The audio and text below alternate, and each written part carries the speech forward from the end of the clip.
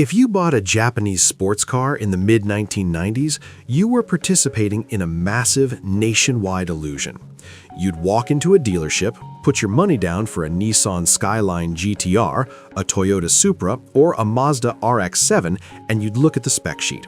No matter which brand you chose, no matter how different the engines were, the power figure was always exactly the same: 280 horsepower. Think about how insane that is.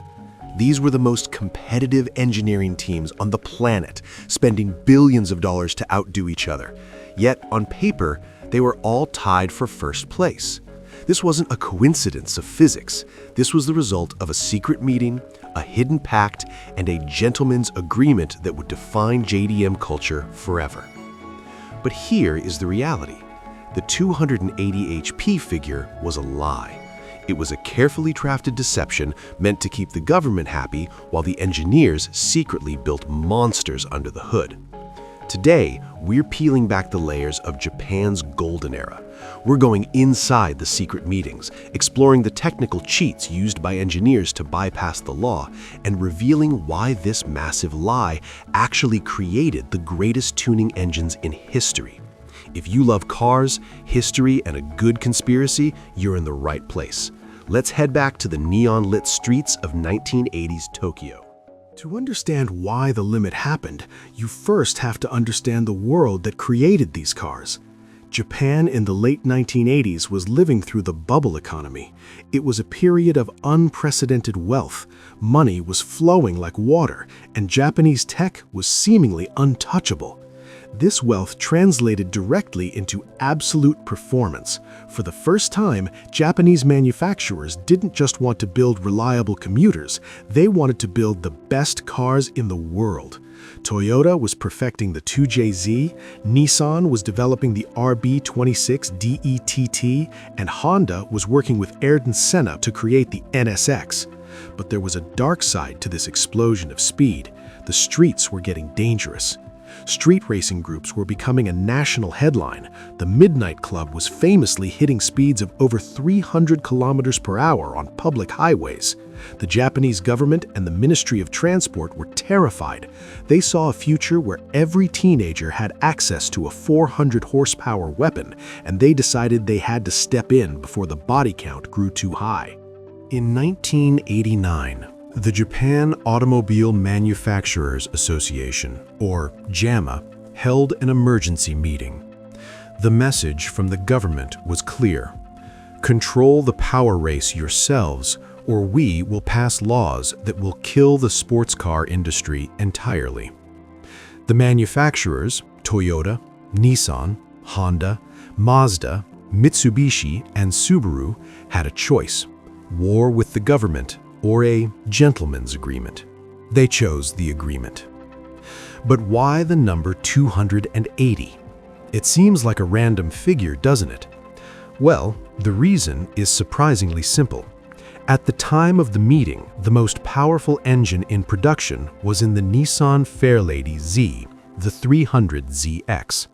It produced exactly 280 horsepower. The manufacturers agreed that 280 would be the ceiling. No car sold in Japan would officially exceed that number. Additionally, every car would be electronically limited to a top speed of 180 kilometers per hour. On paper, the problem was solved. The government was happy, the public felt safe, and the power war was over. Or so everyone thought. Because while the CEOs were shaking hands in the boardroom, the engineers in the basements were already planning their rebellion. You might be wondering, if they all agreed to the same power, how did they compete? How did they convince someone to buy a Skyline instead of a Supra? The answer is the engineering wink. This is where the story goes from a boring government regulation to the greatest engineering heist in history. The engineers knew that if they actually built 280 HP engines, they would lose to European supercars. So they did something brilliant. They built engines that were capable of 400, 500, or even 600 horsepower, but they handicapped them at the factory just enough to pass the official tests. How exactly did they cheat the system? And more importantly, how did they let the customers know they were being lied to? Let's dive into the technical wizardry that made the JDM era so legendary. The engineers used a three-pronged strategy to follow the letter of the law while completely breaking its spirit. First, the physical restrictors. Engines like the RB26 DETT in the Nissan Skyline GT-R were designed with intentional bottlenecks. They would place small brass or plastic restrictors in the vacuum lines of the turbochargers. At the factory, these restrictors prevented the turbos from reaching full boost. On the official dyno test, the car would produce, you guessed it, exactly 280 horsepower. But here's the wink. Nissan engineers made these restrictors incredibly easy to find and remove. An owner with a simple pair of pliers could remove a small brass pill in 5 minutes, and suddenly the car would jump from 280 to 330 horsepower. Second, the ECU software. The engine control unit was programmed with a very specific map. It would deliver full power until the engine hit a certain RPM or load, and then it would plateau or pull back timing to ensure it never officially crossed the 280 mark. However, the hardware, the pistons, the rods, the cooling systems, was all built to handle much, much more. Third, the understated specs. This was the most common tactic.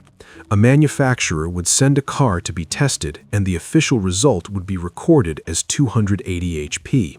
But if an independent magazine took that same car and put it on a dyno, they'd often see 310 or 320 horsepower right out of the box. Everyone knew the numbers were fake, but as long as the brochure said 280, the government looked the other way. This gentleman's agreement is actually the reason why these engines are so legendary today. Because they were overbuilt to handle 280 HP while secretly being capable of 600 HP, they became incredibly reliable. When the tuning scene exploded, people realized they could double the power of a Supra or a Skyline without even opening the engine block. The 280 HP lie accidentally created the most durable engines ever made. By the late 90s and early 2000s, the 280 HP world was starting to crumble. The reason? The rest of the world wasn't playing by the same rules. German and American manufacturers were in the middle of a massive horsepower war. BMW's M division and Mercedes-AMG were releasing cars with 400, 450, and 500 horsepower. In the global market, Japanese supercars like the Honda NSX or the Nissan Skyline began to look weak on paper. An American buyer looking at a spec sheet would see a Porsche with 420 HP and a Supra with 280 HP and assume the Porsche was significantly faster. The gentleman's agreement was becoming a liability for Japan's pride. Even video games played a role. Millions of kids were playing Gran Turismo, where they could see the true potential of these cars after just a few upgrades. The secret was out. The 280 HT figure wasn't a safety measure anymore. It was a joke that everyone was in on. July 2004. The end finally came. The chairman of JAMA, Itaru Koeda, stood before the press and made a shocking admission. He stated, "We have found no significant evidence that the 280 horsepower limit has any impact on reducing traffic fatalities." With those words, 15 years of deception officially ended. The dam had burst. The first brand to officially break the silence was Honda. They announced the new Honda Legend with an official rating of 300 horsepower. But the real moment the world changed was in 2007. When Nissan unveiled the R35 GT-R, they didn't just break the limit, they shattered it. They announced the car with 480 horsepower.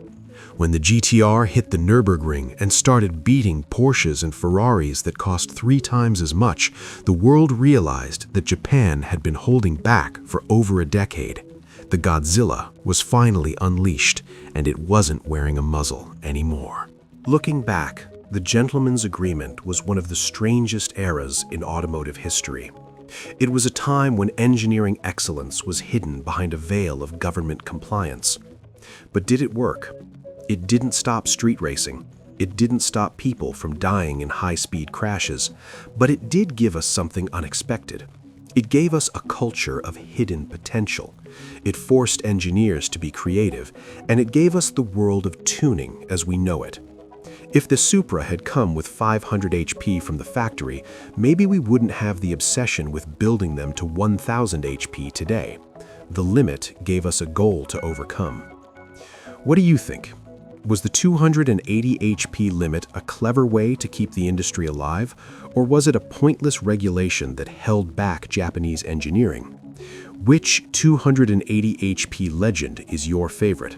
Let me know in the comments below. If you enjoyed this deep dive into JDM history, make sure to hit that like button and subscribe for more stories about the cars and the history that shaped our world. Thanks for watching, and I'll see you on the next one.